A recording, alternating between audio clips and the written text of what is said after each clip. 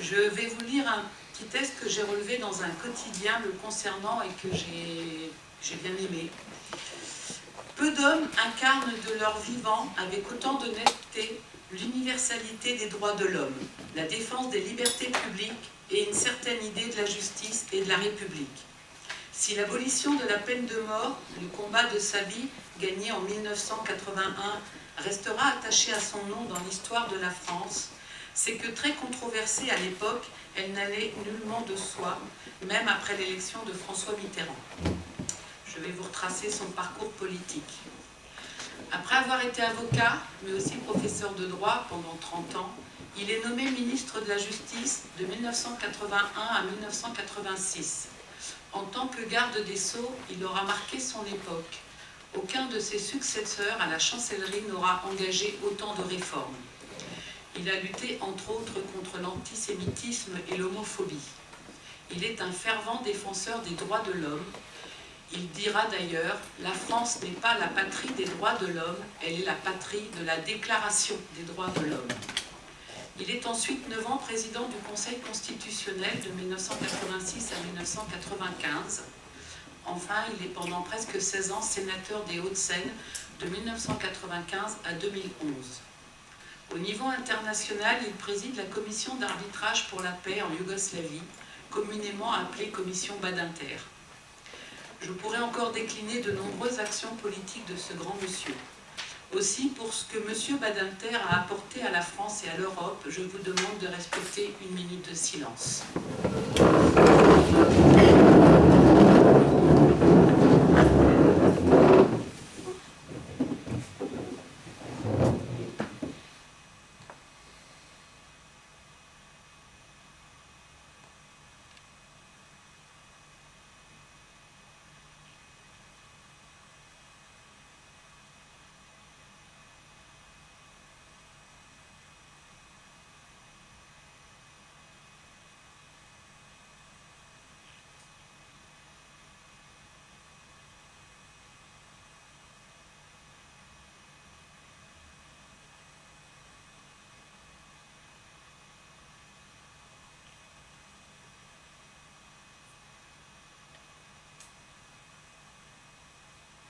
Merci.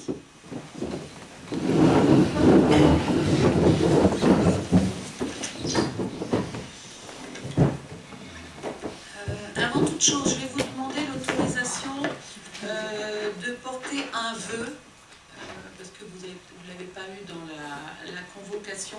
C'est un vœu relatif au projet de fermeture de classe pour l'école élémentaire, maternelle, Gérard Philippe. Est-ce que vous êtes d'accord qu'on passe ce vœu?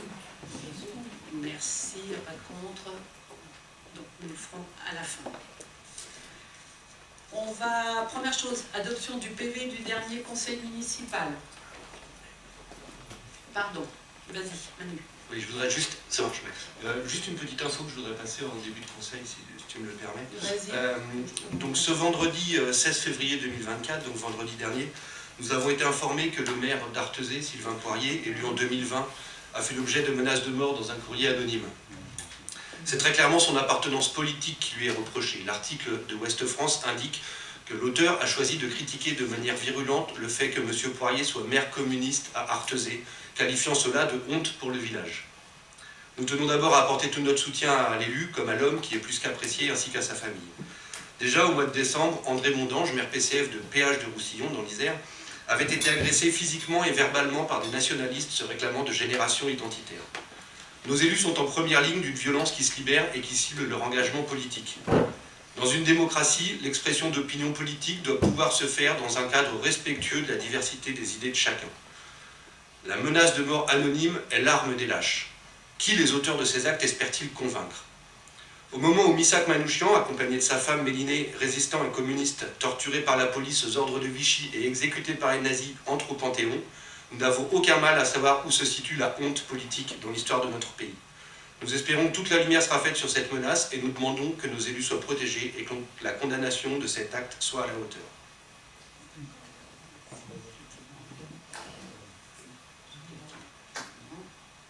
Est-ce qu'on veut réagir? Tout est dit.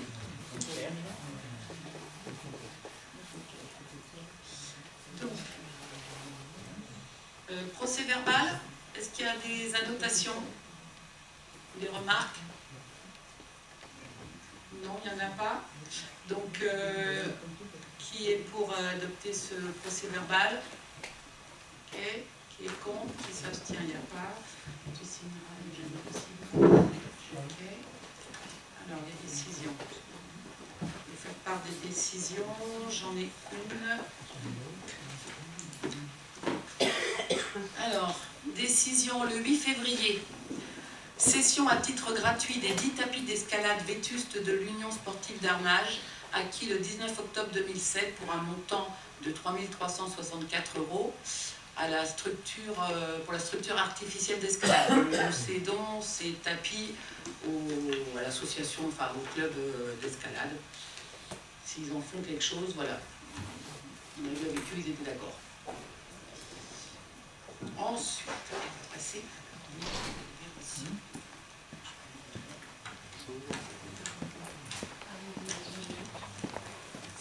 Alors, 19h09, arrivée de Rémi.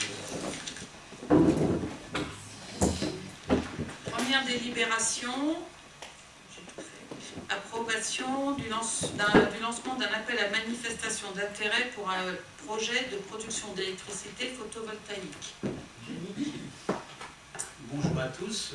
Donc, cette délibération a pour but l'approbation du lancement d'un appel à manifestation d'intérêt pour un projet de production d'électricité photovoltaïque sur le terrain de sport et le parking du terrain de sport et la moitié du terrain de pétanque. Or, situé à Arnage, référence cadastrale AA 26 et AA 139. L'objet principal du projet est de voir émerger rapidement une installation de panneaux photovoltaïques sur la parcelle, permettant de produire de l'énergie électrique, de valoriser le patrimoine foncier de la commune, et 3, promouvoir le développement durable, la sobriété énergétique et la production d'énergie renouvelable. En contrepartie, la commune bénéficiera d'un versement d'une redevance annuelle d'occupation, montrant ainsi son implication dans la valorisation de la production d'énergie renouvelable sur son territoire. En conséquence, vous voudrez bien, mes chers collègues, autoriser Madame Essence, maire, à procéder à l'appel de la manifestation d'intérêt pour la production d'électricité photovoltaïque. Avez-vous des questions ?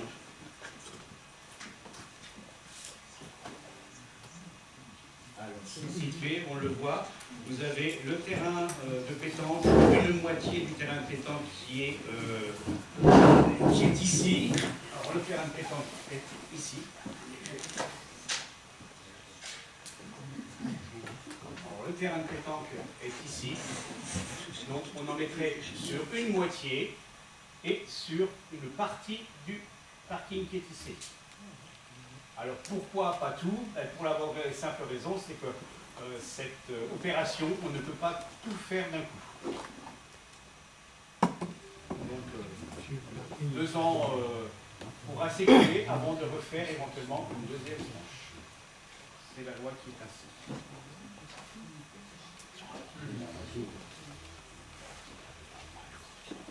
Avez-vous des questions? C'est très bien. On s'était positionné déjà depuis un certain temps, hein, mais en fait c'est les délais de mise en œuvre par l'opérateur pour pouvoir arriver jusqu'à chez nous qui ont fait des archives. Tout à fait. Tout à fait. Alors, il y a 2 possibilités également, c'est soit la revente d'électricité ou alors la consommation propre. Donc on ne pourra pas faire ni l'un et l'autre. C'est soit l'un ou soit l'autre. Et ça sera à préciser au début du lancement. Il n'avait pas été envisagé de l'installation d'une borne de recharge? Alors, ça sera possible, mais disons que ce sera par rapport au coût. C'est une possibilité d'installer des bornes de recharge à l'intérieur au niveau du parking.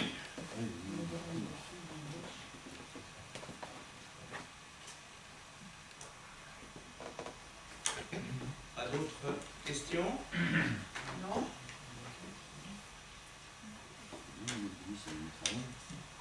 Ben, disons que oui, pour les boulistes situés comme cela, eh bien, pourront jouer l'été à l'abri, à l'ombre.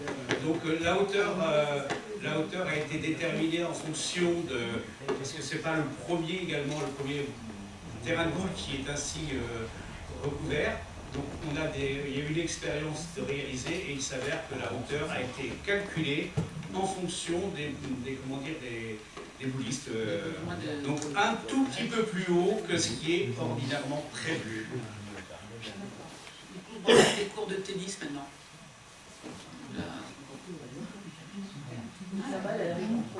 Bon. Voilà, je voulais voir. Ouais, une question. Pendant les travaux, est-ce qu'on va refaire aussi l'éclairage du boulodrome extérieur? Est-ce qu'on va en profiter pour, comme là on n'a pas de LED, c'est pas équipé en LED, est-ce que on envisage de changer Disons qu'il y aura une partie, il y aura une partie qui sera supprimée dans le sens où ça servira à rien d'éclairer le dessus des panneaux.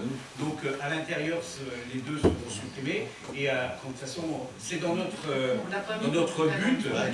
C'est dans notre but, c'est de pouvoir changer tous nos éclairages, enfin tous nos ampoules, notre éclairage, de les mettre avec une comme il y aura le matériel là-bas, comme il y aura les nacelles et tout ça là-bas, je dis autant en profiter pendant qu'il y a les... Il y a de fortes probabilités pour qu'on change également à cette époque-là les lampes. Il y a plus de lampadaires à équiper. Et ça, on l'a pas mis dans l'appel à un projet. Ça sera une opération qui sera faite. On couplera cette opération. Pour saisir l'opportunité. Bien sûr.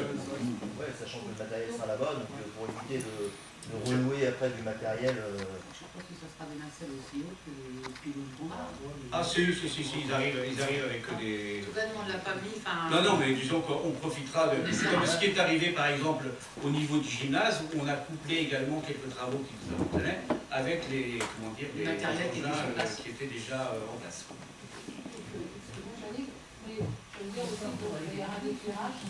Oui. Parce que comme il y a un peu au-dessus, bien sûr. Oui. Bien sûr. C'est pour ça qu'il manque, Après, il restera deux grands pylônes. Ouais, les deux grands, c'est pour ça que... Ok. Donc, est-ce que... Alors, donc, il y a deux trucs. Il y a motorisé à procéder à l'appel à manifestation d'intérêt pour l'installation, l'exploitation et la maintenance des panneaux photovoltaïques. Et ensuite, me donner le pouvoir d'exécuter la présente délibération. Qui est pour? Qui abstient? Qui est contre? Il n'y en a pas. Merci. On va passer au dehors.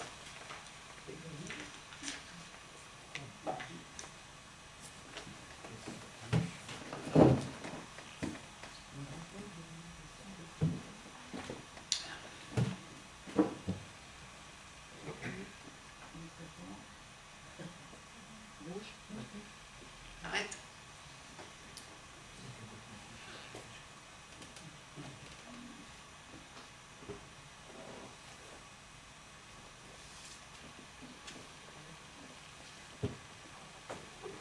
Ok.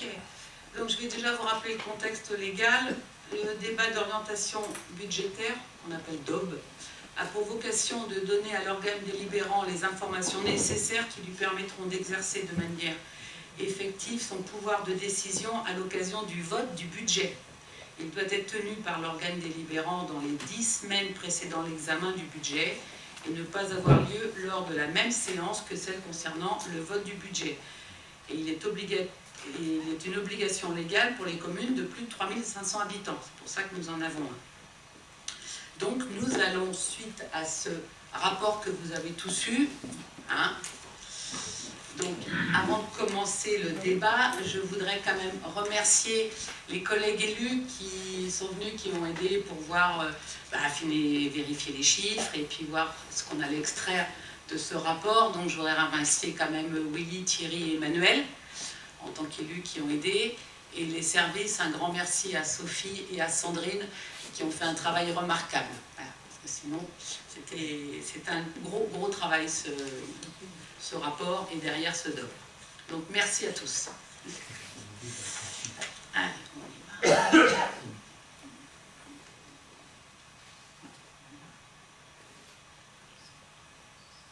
Donc, nous allons voir plusieurs chapitres. 1. Le contexte et le projet de loi de finances 2024. En chapitre 2, nous verrons les orientations du budget primitif. En 3, l'état de la dette et la situation financière de la collectivité. Et en 4, les projets d'investissement pour 2024.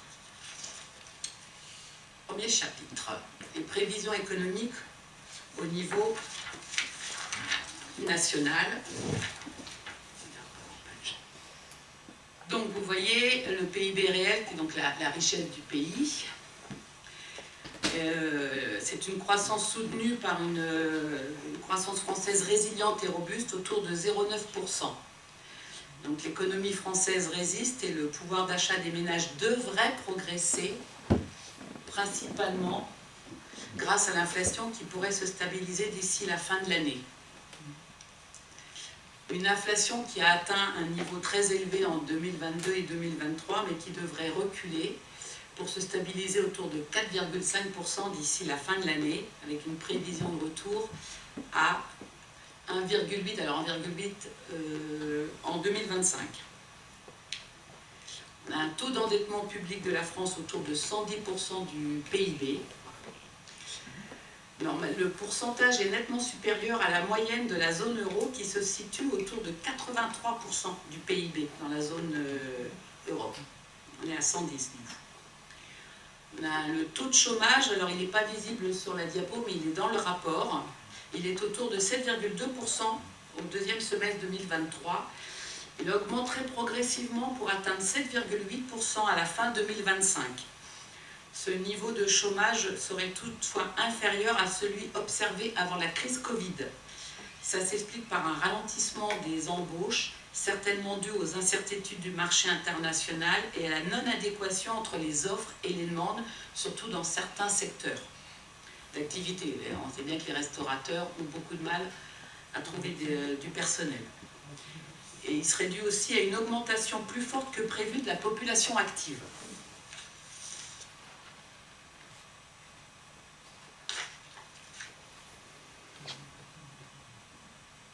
La loi de finances 2024, alors quel impact pour les collectivités? Vous voyez la limitation de la hausse des dépenses de collectivité à moins 0,5%. D'habitude, les collectivités pouvaient augmenter le budget de fonctionnement de la même valeur que l'inflation. Or, pour 2024, nous devons respecter cette barrière à 0,5%, même si l'inflation est plus élevée.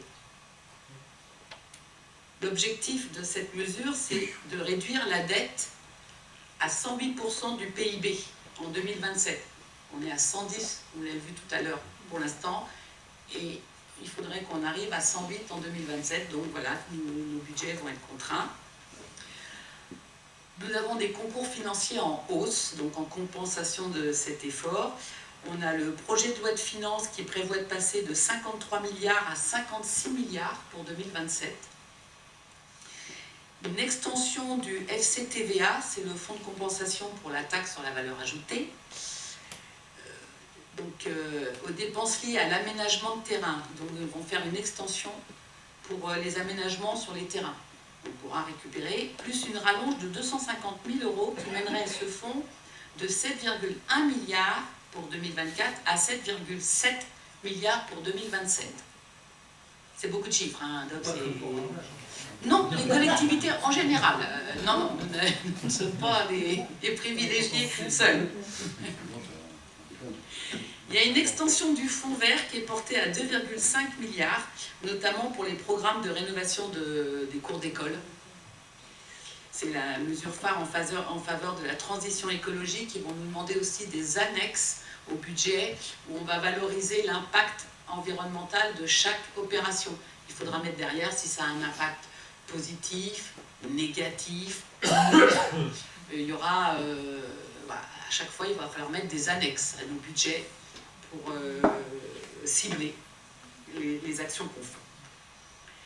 Et la hausse des bases locatives décidée par l'État, l'année prochaine, elle est projetée à 3,9%. Ils avaient déjà augmenté de 7% l'an dernier. Ils prévoient d'augmenter encore de 3,9% l'an prochain, enfin cette année. Nous perdons toutefois peu à peu le pouvoir sur les taux et nous avons de moins en moins de leviers directs possibles. Je vous laisse si vous avez des remarques sur ce chapitre. Non, ça n'appelle pas de... En gros, on demande aux communes de faire des économies. De faire des efforts, oui, pour combler la dette de l'État en tout cas. Oui. C'est-à-dire que où on a changé, c'est d'habitude on nous enlevait des dotations. Là, on ne nous enlève pas de la dotation, on nous contraint nos budgets de telle sorte que l'État rentre dans les clous des directives européennes. Oui. Bah, déjà, l'État est exemplaire. Hein. On doit faire des budgets équilibrés. L'État, non. Oui, enfin... Voilà, hein, pour... mais bon.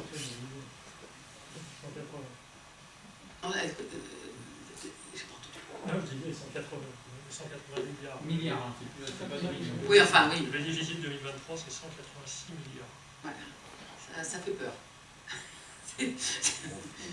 Non, mais par contre, enfin, si je peux me permettre, oui, sur les données nationales, parce qu'on demande aux collectivités de faire des efforts, je voudrais aussi alerter moi, sur les annonces qui ont été faites hier soir par le ministre de l'économie, qui ne sont pas neutres et qui auront un impact sur le budget des... Non, il y a un problème sur le... sur les micros. Sur le budget des collectivités sur 2024, puisque notamment il y avait un...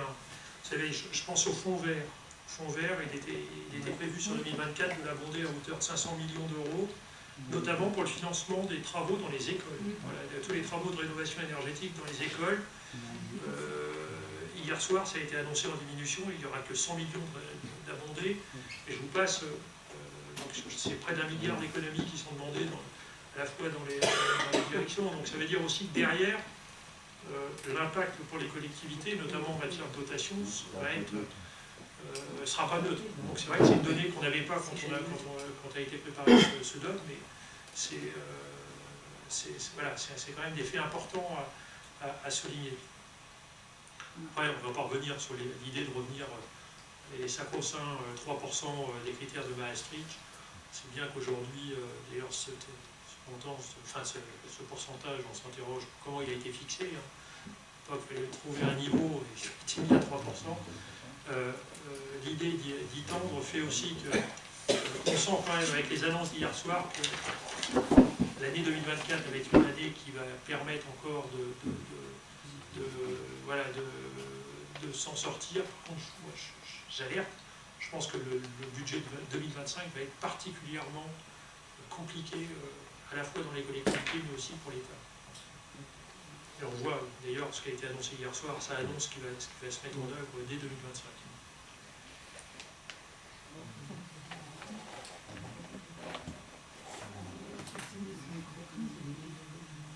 Ok.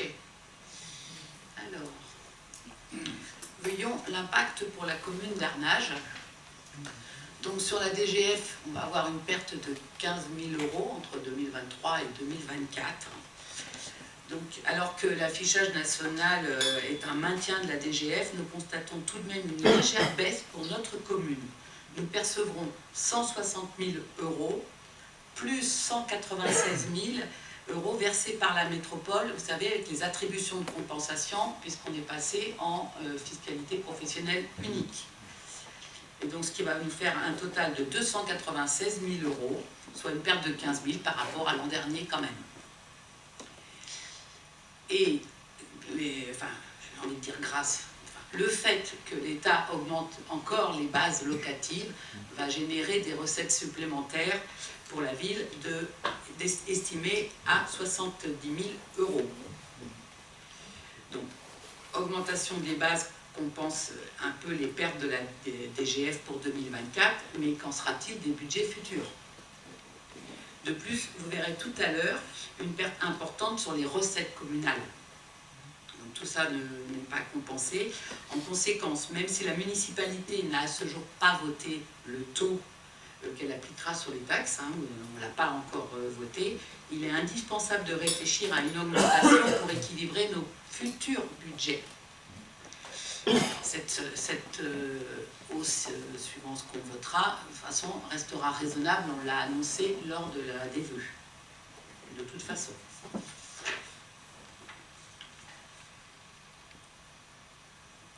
Alors, le soutien de Le Mans Métropole, donc l'instauration de la fiscalité professionnelle unique, le FPU, on a eu plus d'1 an de débats et de réunions. Donc la somme versée à Arnage sera d'un montant, vous le voyez, de 2 206 207 €, soit 109 000 € de plus. Donc depuis le 1er janvier, là, les recettes de la fiscalité économique sont transférées à Le Mans Métropole et en contrepartie, on a un transfert, les attributions de compensation, les AC, quand vous entendrez AC, c'est ça, qui sera versé à Arnage. Donc il y a une enveloppe issue du FPIC en 2023 d'un montant de 2 260 954 € et Le Mans Métropole a abondé de 3 millions supplémentaires cette enveloppe, soit un total de 5 162 954 € qu'elle met sur la table de façon à ce qu'aucune commune de la métropole ne soit perdante sur le montant qu'elle percevra par rapport à ce qu'elle percevait. S'il n'avait pas fait ça, nous aurions été plus ou moins perdants, des communes plus que d'autres. Il y a donc 7 critères de répartition qui ont été retenus. Vous les avez sur la page 15 du rapport. On a page 15, c'est la page 16, pardon. Là, cette page-là, elle explique exactement tout ce qu'est la FPU. Donc, ça comprend le potentiel financier par habitant, les revenus moyens par habitant. On a mis des pourcentages derrière, vous voyez, 24,7% pour le potentiel financier par habitant. Sur cette somme-là, on prend 20% par rapport aux revenus moyens par habitant, 15% par rapport au pourcentage de logements sociaux, et ainsi de suite. Donc ça nous fait des sommes par commune. Tout le tableau est très très bien expliqué, qui nous donne, nous, la somme, je l'ai dit tout à l'heure, de 2 206 207 €. Donc il a été mis en place, vous l'avez voté au conseil précédent, la CLECT, le nom des personnes dont je siège et Emmanuel Brasseur siège en tant que suppléant. Et cette commission, elle aura pour but, elle sera une fois par an au moins réunie, elle aura pour but de travailler sur les réévaluations, suivant chaque mouvement dans les critères d'un côté, mais également si l'État devait baisser considérablement la dotation qu'elle versera à Le Mans Métropole. Parce que de fait, hein, ça peut aussi influencer la somme. Donc voilà, cette CLECT, elle est quand même assez importante.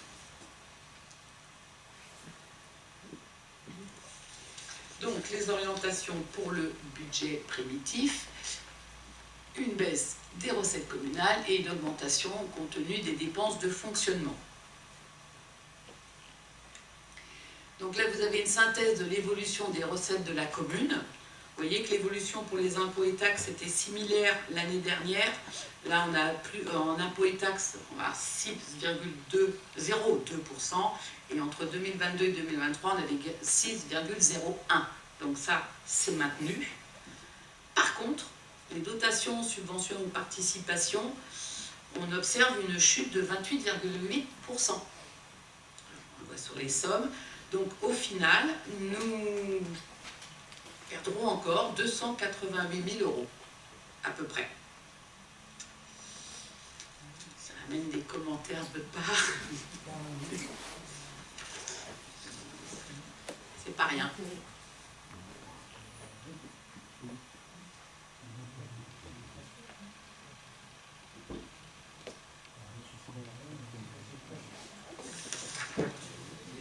De participation, c'est ça qui chute.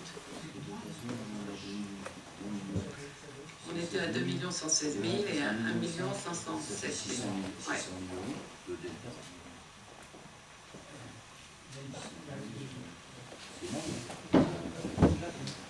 Sur les dotations point de claque, oui. Ouais, c'est les dotations. Et c'est notamment les dotations point de concours. C'est exactement ça. C'est-à-dire C'est-à-dire qu'on a eu aussi des dotations un peu plus fortes en 2023 que sur les autres années. Et là, on baisse. Alors, forcément, par rapport à 2023, ça fait une forte baisse. Si on regarde les chiffres sur 2021, Bon, on revient à des années précédentes, quoi. Sauf que... En 2022, on était super. Ouais. Mais on a eu des versements de 2022 qu'on a touché en 2023, etc. Ce qui fait qu'on s'est augmenté aussi pas mal. Mais malgré tout, on perd quand même, si on regarde par rapport à 2022, on perd quand même plus de 200 000 euros Eh bien, oui. en dotation. Donc c'est non négligeable. Ok, donc sur le graphique, là, on voit bien, en fait, d'où viennent nos recettes. Hein. Vous voyez, la partie verte, le plus important, c'est les impôts et taxes. C'est 71% de nos recettes. En 2023, la fiscalité directe représentait 66% des recettes réelles de fonctionnement. Aujourd'hui, elle en représente presque 72%. Et par contre, vous voyez que les dotations sont à 19,1% et l'an dernier, elles étaient à 25%. Donc l'un compense l'autre. Et après, ce qui reste le plus important, c'est les produits de service pour 8%, la partie bleu ciel, que vous voyez.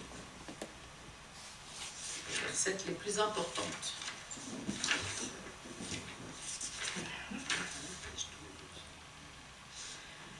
Les dotations, poursuite de l'écrêtement de la DGF pour armage. Ça s'est calmé l'année dernière. Ils ont maintenu l'année dernière, maintenant on va voir. Oui, puis alors, tout le dernier mandat, la commune avait perdu 700 000 euros. Je parle vraiment du mandat précédent. Hein. Sur les 3 premiers exercices, nous avons encore perdu 108 000 euros de recettes liées à la DGF. Et dans un même temps, nous continuons à maintenir les services au profit de la population, avec des efforts sur notre fonctionnement très importants. Nous avons pris des mesures pour contenir ce chapitre-là. Donc, comment répondre aux enjeux de transition énergétique ainsi qu'à toutes les normes, la DAP, le décret tertiaire, l'ACFIL récemment. Donc, ça devient compliqué de dégager des sommes pour les mettre en investissement qui vont répondre à toutes ces normes. On est obligé de suivre. Toutes ces normes énormes, oui. Donc, et pour autant, comme vous le savez, nous continuons à avoir un attachement pour le service public. Donc voilà. Comment on va faire? Vous avez des idées? Non, mais pour mesurer l'enjeu, parce que là, effectivement, quand on voit sur la vignette qu'on a perdu plus de 700 000 euros de DGF, c'est sur une dotation annuelle. C'est-à-dire que quand on cumule les réductions de dotation de l'État, c'est en gros, sur les 10 dernières années, il y a une année où on n'a pas eu de budget. Pour vous donner un ordre d'idée, c'est voilà, en 10 ans, on a perdu un exercice budgétaire complet de financement de la part de l'État. C'est quand même assez virulent. C'est violent, et on est à plus de 7 millions d'euros qui ont été repris par l'État en 9 ans. C'est juste colossal. Comment on peut s'en sortir dans ces conditions-là? À un moment donné, effectivement, on maintient les services publics à ce niveau-là jusqu'à maintenant. Mais le vrai enjeu, c'est comment on fait dans les années. Parce que là-dedans, on a tout ce qu'on a pu économiser, on l'a déjà fait. Ah oui, là, on a fait un gros travail pour contenir les dépenses de fonctionnement, oui. Et les prochaines économies, c'est des économies qu'on peut faire grâce à l'investissement. C'est réduire nos factures énergétiques. Mais quand je dis réduire nos factures énergétiques, en fait, on se rend compte qu'on maintient simplement parce qu'avec l'accroissement du coût de l'énergie, en fait, on fait juste atténuer l'impact. Il va falloir que l'inflation se calme, parce que sinon, oui, là, on n'y arrivera plus. Si maintenant, on arrive à avoir l'inflation qui baisse, peut-être que les travaux qu'on fera pour faire des économies d'énergie vont se voir. Pour l'instant, ils nous permettent, pour ceux qu'on a fait déjà, on n'a pas pu faire tout, compenser les augmentations, pas plus. D'ailleurs, à ce niveau, c'est quand même important de rappeler, malgré toutes ces baisses de subventions, de dotations, etc., le boulot énorme qui a été fait à la fois par les équipes municipales, mais aussi par l'ensemble des services qui ont pris conscience aussi et qui bossent au quotidien pour réduire les dépenses, pour optimiser un certain nombre de choses. Et enfin, voilà, je pense que c'est quand même important de dire que tout ça, c'est le travail d'une équipe au global, agents et élus réunis. Et je pense qu'on peut aussi remercier l'ensemble de cette équipe à ce niveau-là. Ok. D'autres interventions, continue. Non, mais puis j'en viens là, moi, c'est qu'en fait, on dit toujours que les communes, toutes les collectivités, c'est 75% de l'investissement. Alors en fait, c'est-à-dire que le côté quand même pervers des choses, c'est que si on baisse des dotations et du financement, c'est-à-dire que les gens n'investissent plus. S'ils n'investissent plus, ça veut dire que ça fait des chômeurs et des... Ah ben, le bâtiment va des gens qui souffrir, sont... oui. Ça peut aligner le nombre de chômage en France, et enfin, je veux dire, ça peut... On a un côté qui n'est pas très logique dans les choses. On veut produire, on veut faire de la croissance. À un moment, il faut pas qu'on fasse de la croissance. C'est vrai que c'est les, des coûts les municipalités, les villes qui... Et les normes et les coûts, parce que plus on met de normes, et plus on met d'investissement forcé aux collectivités. Et là-dessus, quand on investit sur les normes, on n'investit pas sur l'entretien des bâtiments, quoi, parce que c'est ça le problème. Ok.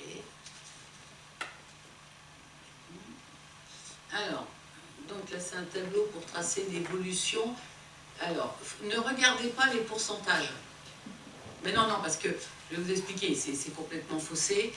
Le premier, la taxe foncière de 2023, vous voyez, 2 634 258 €. Et en 2024, 2 54 276. Sauf que si on veut comparer l'une et l'autre, il faudrait prendre celle de 2023, hors CFE, donc 2 91 481. Il y a quand même une perte de 37 000 €. Hein. Après, vous avez l'impôt, donc la CFE, qui n'y a plus en 2024, donc vous voyez, moins 100%. Enfin, c'est pour ça qu'il ne faut pas trop regarder. Le seul chiffre intéressant dans les pourcentages, c'est le 6,02%.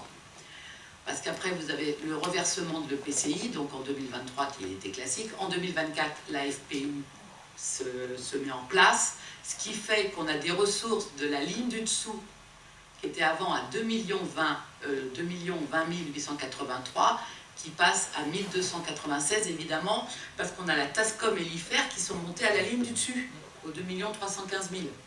Donc ça fausse complètement les pourcentages. Ce qu'il faut surtout voir, hein, 2023, il y avait 5 344 144 €.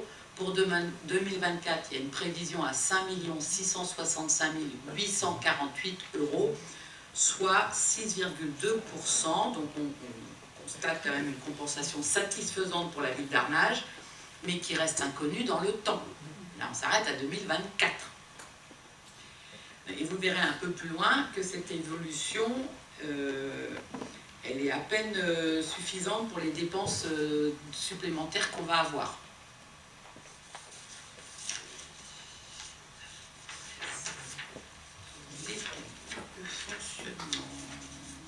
Voilà, donc là on les voit justement, nos dépenses de fonctionnement, vous voyez, on augmente une prévision à 5,66%. Donc les 6,02 avant, ça reste léger comme marge quand même. Hein. C'est léger.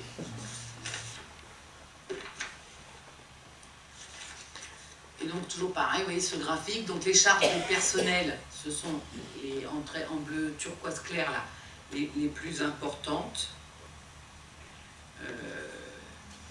C'est le premier poste des dépenses. Ensuite, nous avons les charges à caractère général pour les grosses et les charges financières en vert.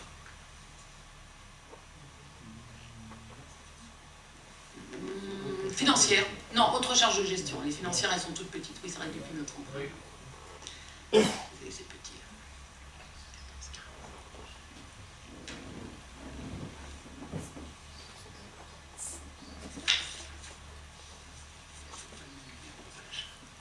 Alors, la structure des dépenses de fonctionnement. Donc, les charges de gestion, c'est tout le fonctionnement, c'est les chapitres 11 et 65, le fonctionnement, les subventions aux établissements publics et aux associations. Donc là, on prévoit une hausse de 9,72%. Sur les charges de personnel, le chapitre 12, une augmentation de 3,01%. Donc,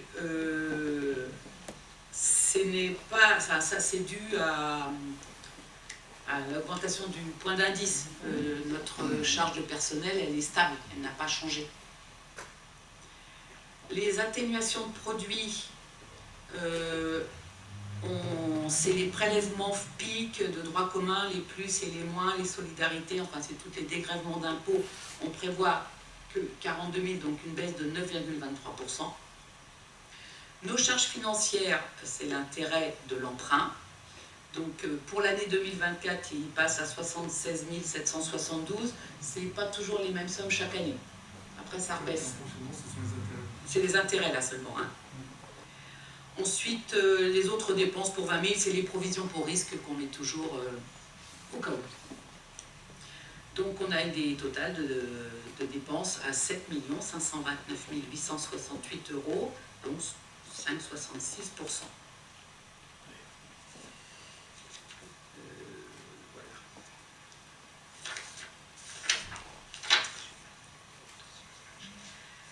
Donc, est-ce que vous avez des réactions sur cette partie dépenses avant qu'on attaque l'évolution de la dette? Non. Ce qui est sûr, c'est que mis à part ce qui nous est imposé, tout le reste, on l'a maîtrisé, enfin, on l'a contenu. Voilà. Oui, le plus possible, oui.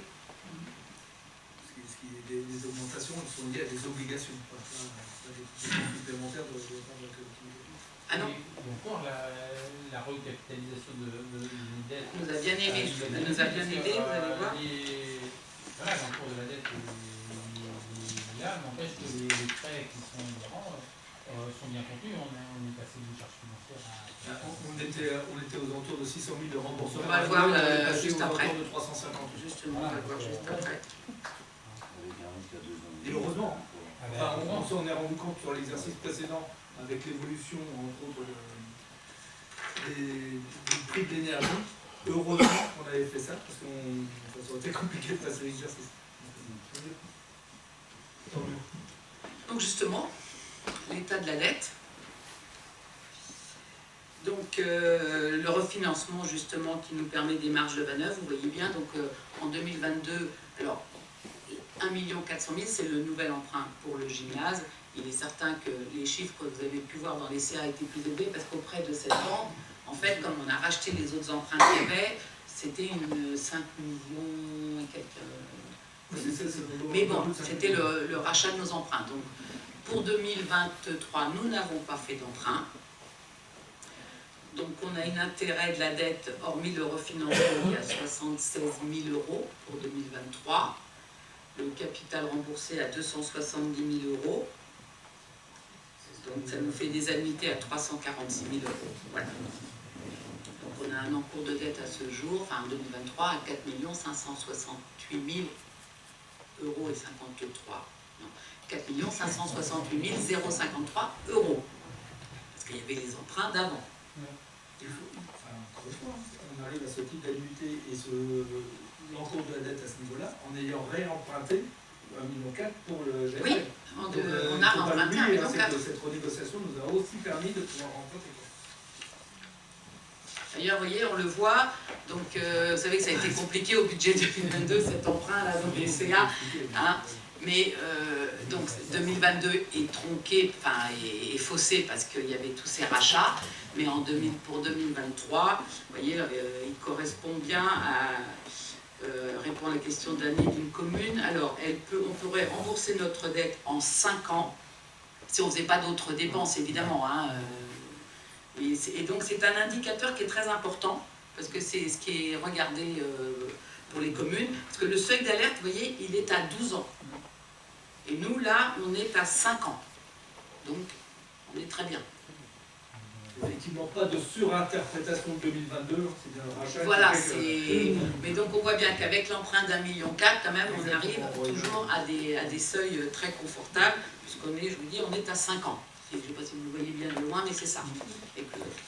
Donc c'est ça qui est très important, qui est suivi. Non, puis on est passé on était sur un rythme en 2022 à 3 ans, à un peu plus de 3 ans. Alors on passe à 5 ans, justement, c'est bien. C'est bien parce que, comme tu le disais tout à l'heure, on a intégré le financement de Fernand Luçon et on a recapitalisé notre dette. Oui. Donc c'est vrai que les annuités sont moins grosses et ça nous permet d'être un petit peu plus confortable sur les budgets.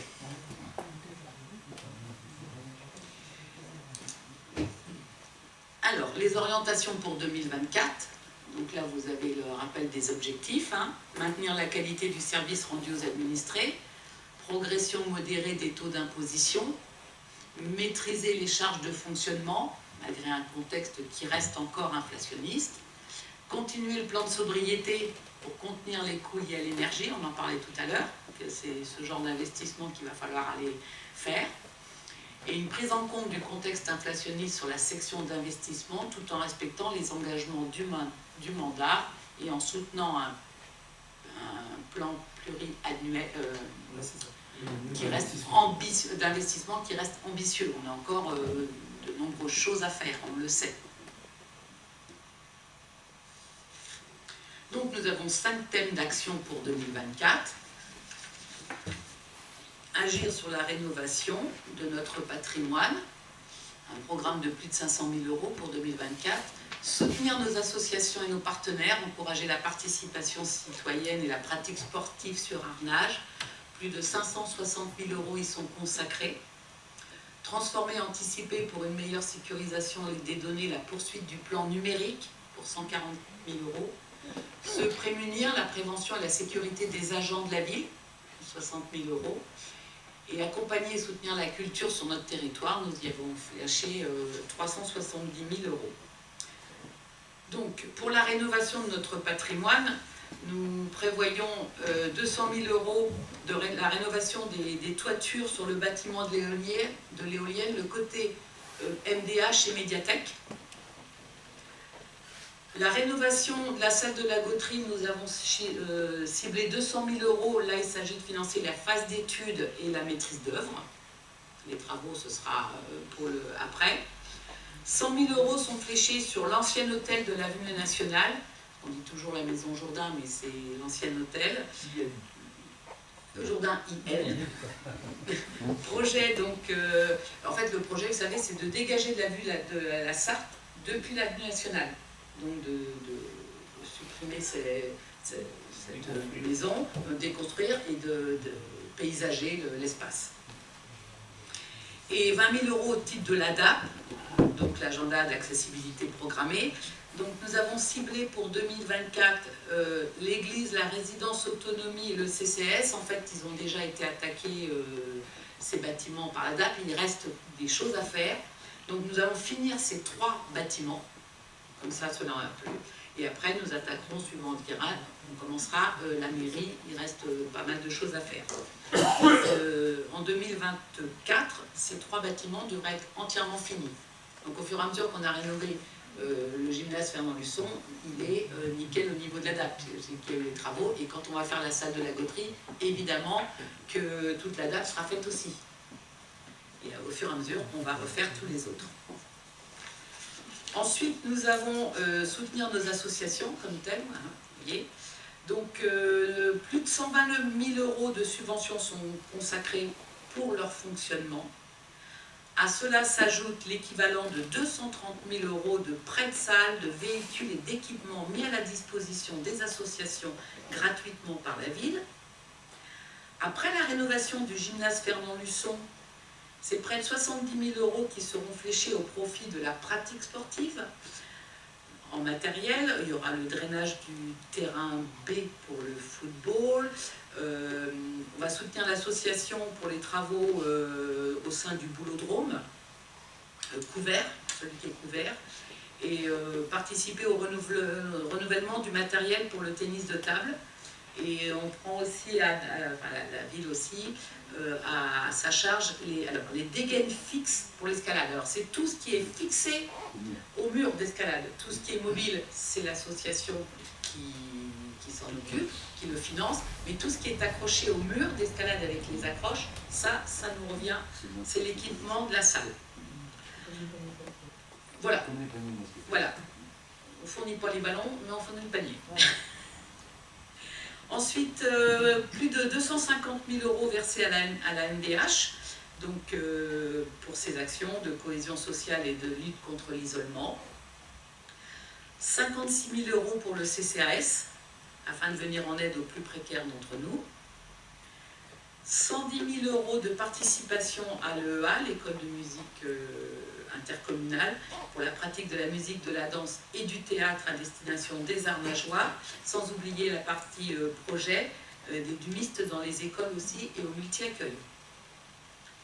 Et ensuite 15 000 € par an au titre du budget participatif, parce qu'on a ciblé 30 000 €, mais maintenant on met 15 000 par an, parce qu'on voit bien qu'à partir du lancement du projet jusqu'à la réception complète du dernier projet, il se passe plus d'un an, presque 2.